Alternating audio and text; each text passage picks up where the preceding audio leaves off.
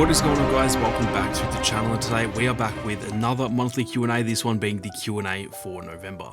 Now, usually in these Q&As I answer maybe 6 or 7 different questions, but today is going to be a little bit different because I've actually just picked 2 questions that are on one topic, and there is a little bit of a rant inbound. So I thought I would just keep it to 2 questions. There were a bunch of other questions I was actually going to answer, but then I just know I'm going to rant about this topic for quite a bit. So I thought I'd keep it to just the 2 questions for this one. If you guys do want to ask your own questions, then feel free to join the Discord, and there's a link to that down in the description. And then if you guys want Q&A priority, you can either become a channel member or sign up through the Patreon, and that will give you guys priority for these Q&As as well as a bunch of awesome little rewards as well. So consider checking that out. But like I said, we're not going to waste any more time and we're going to get stuck right into these very juicy questions. I'm going to be playing some Star Wars Hunters gameplay in the background. If you guys are interested in Hunters, then be sure to keep an eye on the channel because there's going to be a lot of Hunters content coming on the way. This game is actually so addicting. It's a lot of fun. I know it's not going to be for everyone, so I know some of you guys might not enjoy it, but if you guys are interested, there will be plenty of Hunters content on the way. But with that being said, let's get stuck into it. So the first question we have here is from Star Wars Boy, and he says, what is your rant on EA after hearing the Battlefront 3 news? Now, just to provide a little bit of context for some of you guys who might not have seen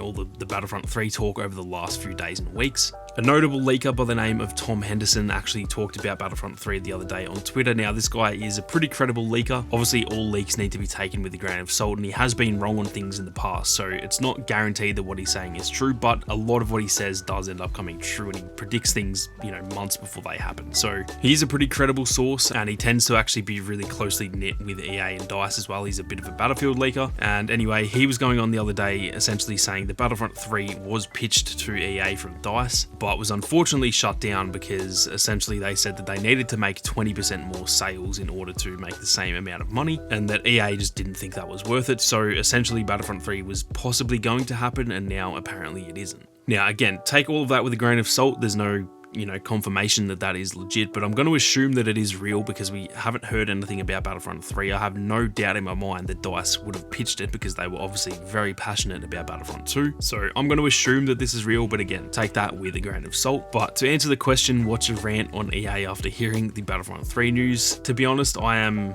beyond disappointed that, if this is real, that they're not going to be making a Battlefront 3. The fact that they only need to make 20% more sales to make the same amount of money is actually kind of ridiculous, because to me personally, I thought it was actually going to be a lot more than that. I obviously knew that there was licensing costs and stuff like that, and honestly, I thought it would be closer to 50%. I thought it was going to be, somewhere from 30 to 40% in that range, and possibly even up to 50% of, the earnings for the game would be going to Lucasfilm and Disney and stuff like that. So the fact that it's only 20% is actually not even that bad in my opinion. 20%, to be paying Disney and you get to keep 80% of the biggest franchise on the planet, to me that's not even a bad deal. Like, you're getting an exclusive license, just keep that in mind, exclusive, at least not, it's not anymore because they kind of fucked it over. But for 10 years they've had exclusive rights to Star Wars, the biggest franchise on the planet, and they only have to give 20% of what they make on the game to Disney. So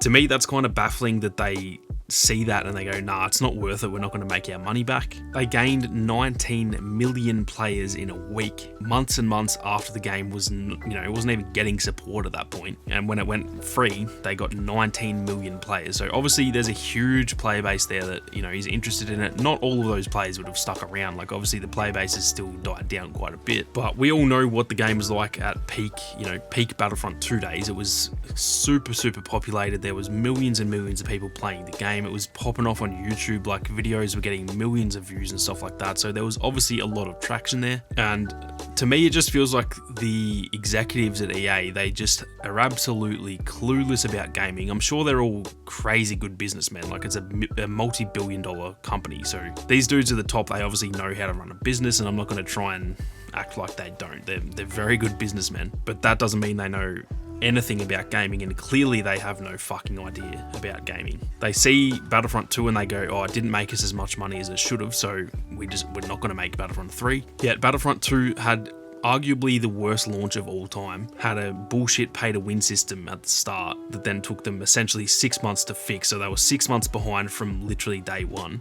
Their first season was a season that no one asked for. No one wanted solo content. It wasn't bad what we got, but like no one wanted that. And then on top of that, the game was barely monetized because by that point everyone had 1 million credits. So even when they added skins for us to buy, no one bought them because they fucked up so badly at the start. So on paper, sure, I'm absolutely certain that to the EA executives, they'd see, oh, this game had heaps and heaps of players and it just didn't make the money it should have, so it's not worth it. But if they even had the slightest understanding of gaming, they would understand, don't put pay to win from the start and just start with a proper, a safe launch, monetize your game properly, and you're looking at multiple $1 billion that the game would earn. For a little bit of context, Apex Legends, which is built on a franchise that had 2 failed games before it. I know Titanfall it's actually a really good game, both Titanfall 1 and 2, but those games were complete failures. They didn't make barely any money, they barely sold any copies. So Apex is essentially built on a franchise that has no prior fan base, and that game for free has made $2 billion.